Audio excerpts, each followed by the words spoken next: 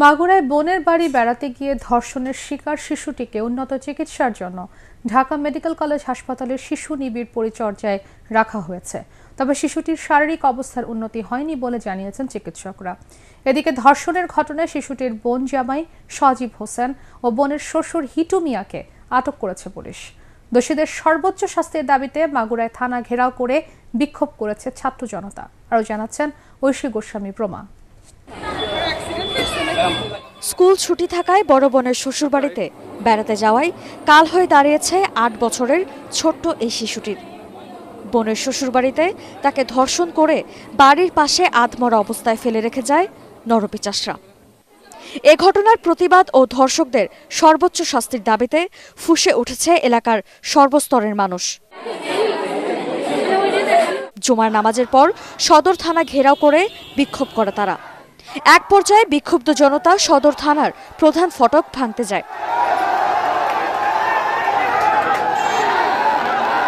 এ সময় সেনাবাহিনী এসে তাদের ছত্রভঙ্গ করে দেয়।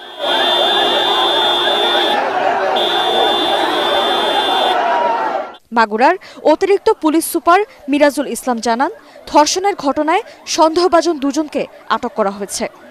পুলিশ তার কাজ করেছে, দুইজন অভিযুক্ত ছিল, দুইজনকেই জিজ্ঞাসাবাদের জন্য আটক করেছে। অথচ এরা যে কি জন্য এটা করলো এটা আমাদের বোধগম্য না। এক পর্যায়ে যাই হোক সেনাবাহিনী এবং পুলিশের সহযোগিতায় আমরা এই ছত্রভঙ্গ করতে সক্ষম হয়েছি। এর আগে উন্নত চিকিৎসার জন্য বিএনপির ভারপ্রাপ্ত চেয়ারম্যান তারেক রহমানের সাহায্যে শিশুটিকে ঢাকা মেডিকেল কলেজ হাসপাতালে আনা হয়। তার অপারেশনগুলো হয়েছে, কিন্তু তার এখনো জ্ঞান ফেরে নাই। ডাক্তার আশঙ্কাজনক অবস্থায় আছে। তার মা এবং পরিবারের সবাই ভেঙে পড়ছে। আমরা সান্ত্বনা দেওয়ার চেষ্টা করতেছি। এরকম নেক্কারজনক ঘটনা বাংলাদেশের নজিরবিহীন। আমাদের বিএনপির ভারপ্রাপ্ত চেয়ারম্যান তারেক রহমান সাহেব এটার প্রতিনিয়ত আপডেট নিচ্ছে আর কি। আমরাও সবাই এখানে থেকে চেষ্টা করতেছি যে যেভাবে ডাক্তারের সাথে যোগাযোগ করে 6টা টেস্ট দিয়েছিল, সকালবেলায় টেস্টগুলো করা হয়েছে। শিশুটি বর্তমানে আশঙ্কাজনক অবস্থায় ঢাকা মেডিকেলের শিশু নিবিড় পরিচর্যায় চিকিৎসাধীন রয়েছে।